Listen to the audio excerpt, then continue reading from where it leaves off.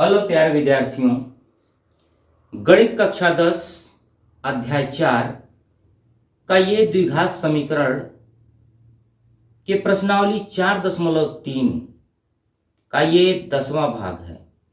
इसमें हम प्रश्न नंबर 8 से आज सभी प्रश्नों को सरल करने वाले हैं। इसमें 3 प्रश्न और बाकी हैं, 8, 9, 10 और 11। 8, 9, 10 और 11 यानी टोटल कुल 4 प्रश्न होते हैं 8 प्रश्न को लेकर के, जिसमें हम 8वें प्रश्न की बात करेंगे जो कि चाल, दूरी और समय पर आधारित प्रश्न है। तो आप लोग जानते होंगे कि चाल बराबर क्या होता है। चाल बराबर होता है दूरी बटे समय। जैसा कि चाल का मात्रक क्या होता है, मीटर प्रति सेकेंड। तो मीटर किसका मात्रक होता है, दूरी का मात्रक होता है, और प्रति सेकेंड यानी समय का मात्रक हो गया सेकेंड। तो चाल बराबर क्या होता है, दूरी बटे समय।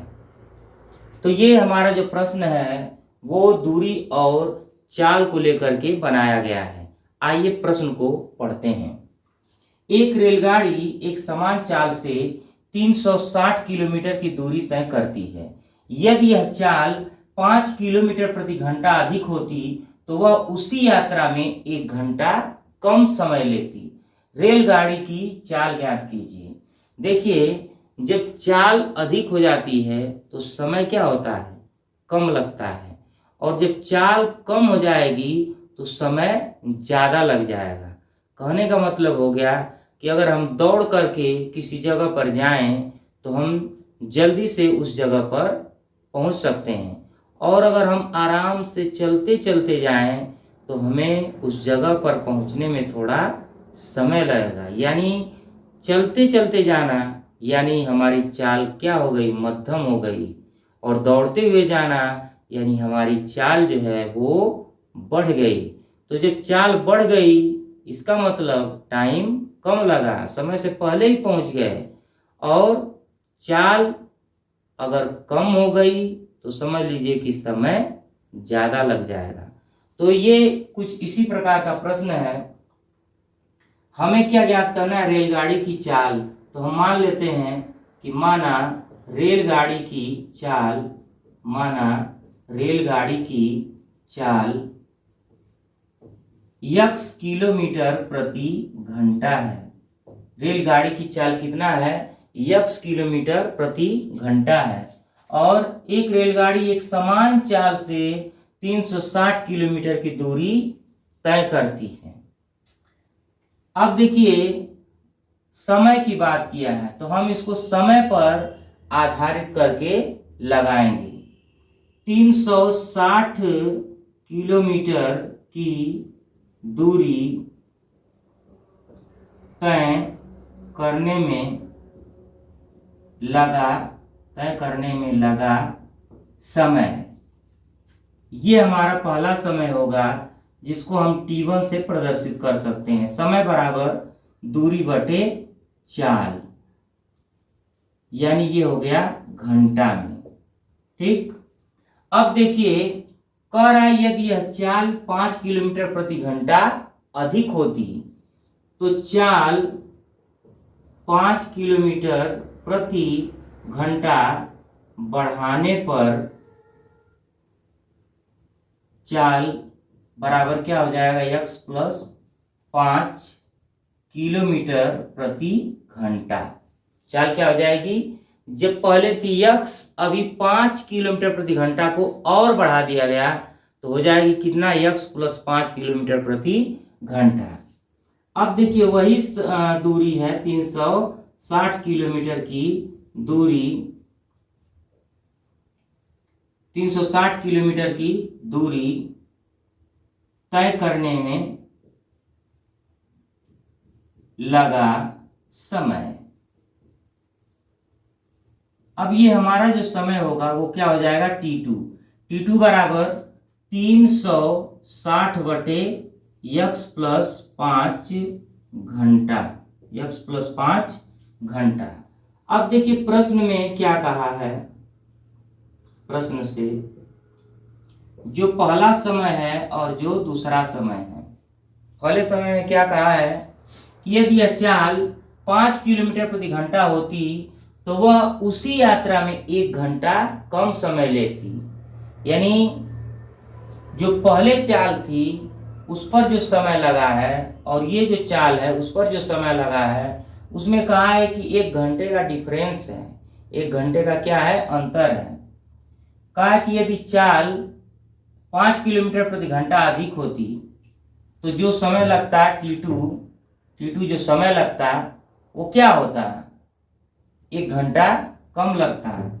यानी इसको जो है घंटा कम लगेगा, यानी हम इसमें से क्या करेंगे, 1 घंटा को घटा देंगे तो हमारा T1 और इसको हम इधर लाएंगे तो हो जाएगा -T2 और बराबर 1। अब यहां से हम क्या करेंगे, T1 का मान जो हमारा है 360/x और T2 का जो मान है 360/x प्लस 5, इसको रख देंगे और इसे हम सरल करेंगे। 360 को अगर आप कॉमन ले लेते हैं तो बचेगा अंदर 1/x माइनस 1/x प्लस 5 बराबर 1। देखिए 360 को कॉमन लेने का मतलब उसको बाहर कर लिया गया, 1/x बचेगा और 1/x प्लस 5 बचेगा। अब क्या करेंगे कि इसका एरो वाइज गुणा कर लेंगे, सरल कर लेंगे, x प्लस 5 माइनस x और बटे हो जाएगा x स्क्वायर धन 5x और बटे 360 इधर गुणा के रूप में उधर जाएगा तो भाग हो जाएगा, ये इससे कैंसिल हो गया। ठीक, अब देखिए हम यहाँ लिखते हैं, इसका एरो वाइज मल्टीप्लाई कर देंगे, x स्क्वायर धन 5x बराबर क्या हो जाएगा 36, यानी 360 का 5 में गुणा करिए तो 360 गुणे 5, x स्क्वायर धन 5x माइनस ये 0, 6×5 को 0 और 5×3 15 और 3 कितना हो जाएगा 18। देखिए एक बार और गुणा कर लीजिए, 0 और 5×6 को 0 हासिल कितना होगा 3। ठीक, 5×3 15 3 कितना हो जाएगा 18। अब आपको 1800 का फैक्टर करना है, गुणनखंड करना है, ये हो जाएगा 900। क्या करने के लिए गुणनखंड करना है, गुणनखंड करने से हमें जो दो संख्याएं खोजनी होती हैं वो बहुत ही आसान हो जाता है। तो ये हो जाएगा आपका 450 और 2 से और काटेंगे, 2 दूना 4 और 2 दूना 4 2 पचे 10। फिर क्या करेंगे, इसको आप 5 से काट लीजिए, 5 चौको 20 और 5 पचे 25, 5 नवा 45 और ये 3 तिरिके 9, 3 एकम 3। अब देखिए हमें ऐसी संख्या खोजना है, ऐसी दो संख्या जिसका अगर हम गुणा करें तो क्या मिले, माइनस का 1800 और अगर जोड़ दें तो कितना मिल जाए, प्लस का 5। तो क्या हो जाएगा, यहां से आप वो क्लियर कर लेंगे। देखिए 2 दूनी 4 दूनी के 8, 8 पचे 40 और देखिए 5 ते 15, 15 और 3 45, तो 40 और 45, इसमें 5 का अंतर भी है और 5 का अंतर हमको लाना भी है और इसका अगर हम गुणा कर देंगे तो हमारा कितना आ जाएगा 1800। गुणा करके आप देख लीजिए, 4 पचे 20, 4 चौका 16, 2 18 आ गया ना। तो क्या करेंगे कि x स्क्वायर धन आप रखिए 45x, बड़े वाले के आगे प्लस का चिन्ह लगाइए और छोटे वाले के आगे माइनस का चिन्ह लगा दीजिए। अब दोनों का जोड़ा बनाइए, तो x कॉमन होगा तो x धन 45 माइनस 40 कॉमन होगा तो x धन 45 बराबर 0। अब x प्लस 45 एक कोष्टक में और x माइनस 40 एक कोष्टक में बराबर 0, तो x बराबर हो जाएगा एक -45 और एक 40, तो x बराबर हो जाएगा 40 किलोमीटर प्रति घंटा। ये हमारा क्या हो जाएगा, आंसर हो जाएगा। ठीक, आप इसे एक बार नोट करें, देखें, समझें।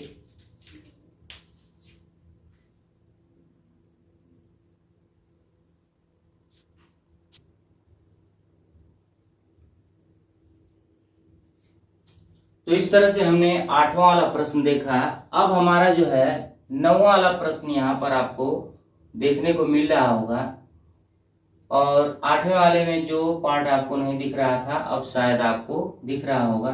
आइए देखते हैं और पढ़ते हैं कि हमारा जो 9th वाला क्वेश्चन है, 9वां वाला जो प्रश्न है वो क्या कह रहा है। ये नल हाउस पर आधारित है, टंकी पर आधारित प्रश्न है, और इस प्रकार के प्रश्न काम समय पर आधारित होते हैं। अगर हमें काम ज्ञात करना होता है, जैसे कोई आदमी किसी काम को इतना दिन में कर रहा है, तो हम सबसे पहले क्या करते हैं, उसके एक दिन के काम को निकालते हैं। जैसे 1000 कलम का मूल्य अगर हमको निकालना रहे और हमें एक कलम का मूल्य पता रहे, तो हम डायरेक्ट क्या करेंगे, 1000 का उस एक कलम के मूल्य में गुणा कर देंगे, तो जल्दी से हमारा आंसर आ जाएगा। तो देखिए इस प्रकार के प्रश्न को हम इसी कॉन्सेप्ट पर लगाएंगे कि जैसे राम किसी काम को 10 दिन में कर रहा है, राम किसी काम को 10 दिन में कम कर रहा है, तो उसके एक दिन का काम क्या हो जाएगा, 1/10। महेश किसी काम को 15 दिन में कर रहा है, तो उसका एक दिन का काम क्या हो जाएगा, 1/15 वाला भाग। ठीक ना। तो अब देखिए इसे हम सरल करने से पहले देखते हैं क्या मानना है हमको। इसमें 2 टाइप के नल हैं, 2 पानी के नल हैं। एक कैसा नल है, बड़े व्यास वाला नल हाउस को भरने में कम व्यास वाले, तो कम व्यास वाले को हम कह देते हैं छोटा व्यास वाला, ठीक। और एक बड़े व्यास वाला है, तो क्या मानते हैं, बड़े व्यास वाला नल हाउस को भरने में कम व्यास वाले नल से 10 घंटे कम समय लगते हैं।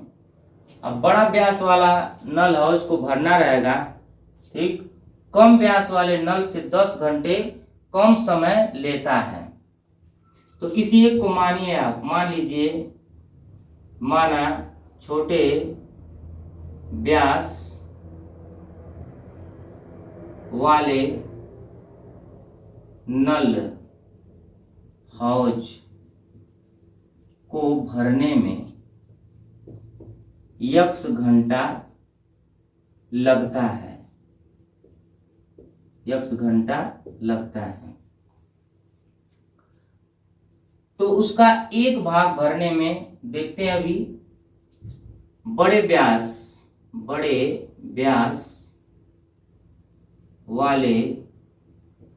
नल हाउस को भरने में कितना समय लगेगा। कहा है कि बड़े व्यास वाले नल हाउस को भरने में कम व्यास वाले नल से 10 घंटे कम समय लगते हैं। ये बड़ा व्यास वाला है और ये कम व्यास वाला नल हाउस है। तो कहा है कि बड़े व्यास वाले नल हाउस को, यानी इसको भरने में इस कम व्यास वाले नल से इसको 10 घंटा कम समय लगता है। इसको हमने x मान लिया है, इसको 10 घंटा कम लगता है, यानी x माइनस क्या हो जाएगा, 10। x माइनस क्या हो जाएगा, 10। तो बड़े व्यास वाले नल हाउस को भरने में x माइनस 10 घंटा लगता है, x माइनस 10 घंटा लगता है। अब देखिए छोटे व्यास वाले नल हाउस को भरने में x घंटा लगता है, तो एक भाग भरने में कितना समय लगेगा। छोटे व्यास वाले नल हाउस को भरने में, छोटे व्यास वाले नल हाउस का एक भाग भरने में 1/x घंटा, और बड़े व्यास वाले नल हाउस का एक भाग 1/x घंटा, ठीक। दोनों नल एक साथ एक हाउस को, दोनों नल हाउस को भरने में 9 सही 3/8, 9 × 72 3 75/8 घंटा लेते हैं। ठीक, तो उनका 1 घंटे में लिया गया समय, 1 घंटा या 1 भाग भरने में लगा समय क्या हो जाएगा? 8/75। अब देखिए कहने का मतलब हो गया कि 1/x और प्लस 1/x माइनस 10 जब मिलते हैं तो 8/75 काम करते हैं या 8/75 भाग भरते हैं। ये x घंटा लगा तो उसका 1 भाग 1/x होगा। जैसे राम किसी काम को x दिन में करता है तो उसके 1 दिन का काम यानी 1 घंटे का भाग कितना होगा? 1/x हो जाएगा। 1 भाग क्या कहलाएगा? 1/x कहलाएगा। तो ऐसा ही कुछ इसमें बनाया गया है प्रश्नानुसार। अब देखिए ये तो केस बन गया, यहां तक हो गया। अब इसका हम क्या करेंगे? सिंप्लीफिकेशन करेंगे, सरलीकरण। तो इसका इधर गुणा x माइनस 10 और ये हो जाएगा प्लस x, और ये इसका दोनों का आपस में तो हो जाएगा x² माइनस 10x बराबर 8/75। अब देखिए x और x कितना हो जाएगा? 2x माइनस 10 और इसमें 75 का गुणा और इसमें 8 का गुणा। ठीक, अब फिर क्या करना है? 75 गुना हो जाएगा आपका 150x और माइनस 750 बराबर 8x² और माइनस 8 दां पर 80x। थोड़ा इसका गुणनखंड बड़ा होने वाला है, देखते हैं। 8x² माइनस 80x और माइनस 150x और प्लस 750 बराबर 0। ये वहीं पर है, बस इसका हम क्या कर दिए? पक्षांतर। तो 150x है तो उधर जाकर क्या हो जाएगा? माइनस का 150x। माइनस 700 है उधर जाके क्या हो जाएगा? प्लस 750। 750 है 750 हो जाएगा, माइनस प्लस हो जाएगा। अब देखिए 8x² और ये क्या होगा? 1 0, 8 5 13, 1 1 2 230x और धन 75 750।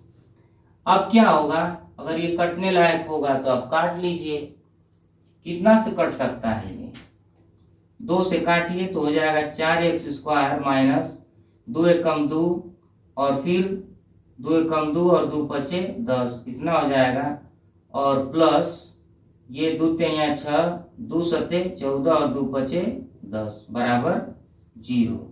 अब देखिए इसका गुणनखंड जो है थोड़ा बड़ा होगा, तो आप इसे प्रैक्टिस करेंगे लगाने की, तो उम्मीद है आपको ये आंसर इसका आ जाएगा।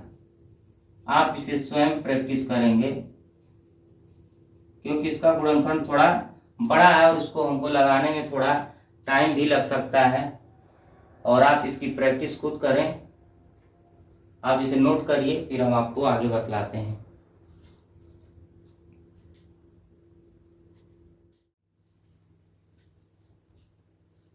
तो आइए इसका गुणनखंड भी हम कर लेते हैं। क्योंकि ये गुणनखंड थोड़ा सा बड़ा है, आप इसका प्रैक्टिस भी कर सकते हैं और हम आपको गुणनखंड करके इसका बतलाते हैं। तो हम सबसे पहले काम क्या करते हैं? ये तो हमारा गुणनखंड मिल गया। अब हम इस वाले भाग को यहां तक मिटा दे रहे हैं। हमें छोटे व्यास वाले नल हाउस को भरने में कितना समय लगा है और बड़े व्यास वाले नल हाउस को भरने में कितना समय लगा है, यही हमें ज्ञात करना है। और ये हमारा जो है द्विघात समीकरण बन गया। अब हम इसे सरल कर लेंगे तो हमारा जो है आंसर आ जाएगा। तो देखिए 8x² गुणे आप 750 करिए तो देखिए 0 हो जाएगा 8 5 40 और हासिल हो जाएगा 4, 8 7 56, 56 और 4 कितना हो जाएगा? 60। 56 और 4 कितना हो जाएगा? 60। तो गुणा करने पर हमारा कितना आ जा रहा है? 6000, जो कि काफी बड़ी संख्या है, इसलिए गुणनखंड देखने में बड़ा लग रहा है। लेकिन हो सकता है कि जो जितना बड़ा होता है उतना छोटा भी हो जाता है।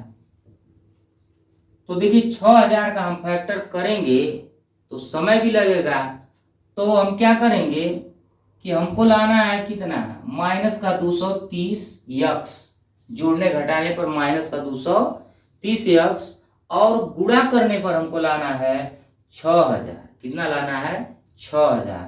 तो देखिए 200 का गुणा अगर आप कितना में कर दे रहे हैं, 30 में, तो 3 जीरो भी हो जाएगा और 2 3 6, 6000 हो जाएगा।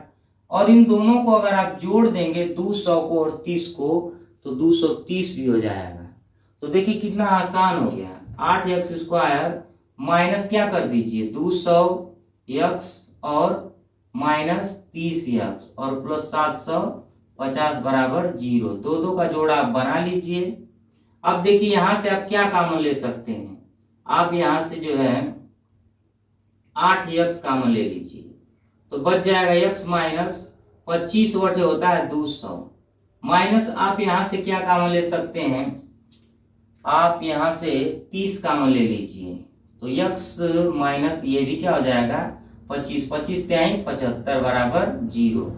अब देखिए x माइनस 25 एक कोष्टक में हो गया और 8x माइनस 30 एक कोष्टक में हो गया बराबर 0। हमारा जो गुणनखंड है वो लग गया। अब देखिए x के दो मान मिल गए, एक हो गया 25 और एक हो गया 30 बटे 8। तो यहां से x के कितने मान मिल गए, 25 और 3 बटे 8। अब x क्या है, छोटे व्यास वाले नल हौज को भरने में x घंटा, यानी हम लिख देंगे छोटे व्यास वाले नल हौज को भरने में कितना, 25 घंटा, और बड़े व्यास वाले नल हौज को भरने में 10 घंटा कम लगता है, तो 25 माइनस 10 बराबर कितना हो जाएगा, 15 घंटा। यही हमारा क्या हो गया, फाइनल आंसर हो गया। अब आपका ये क्वेश्चन नंबर 9 जो है पूरी तरह से कंप्लीट हो गया। आप इसे एक बार स्क्रीनशॉट लीजिए या आप इसे नोट करिए। हम अगले प्रश्न की ओर बढ़ते हैं।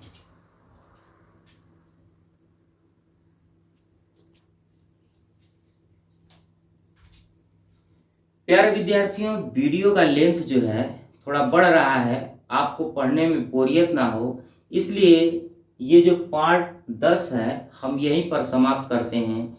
इस अध्याय के 2 और क्वेश्चन बचते हैं, उसे हम 11वें पार्ट में आपको समझाने का प्रयास करेंगे। मिलते हैं अगले पार्ट में, तब तक आप हमारे चैनल पर बने रहें, इस वीडियो को देखें, अपने दोस्तों में शेयर करें और अपने ज्ञान को बढ़ाएं और हमारा उत्साहवर्धन इसी तरह से करते रहें।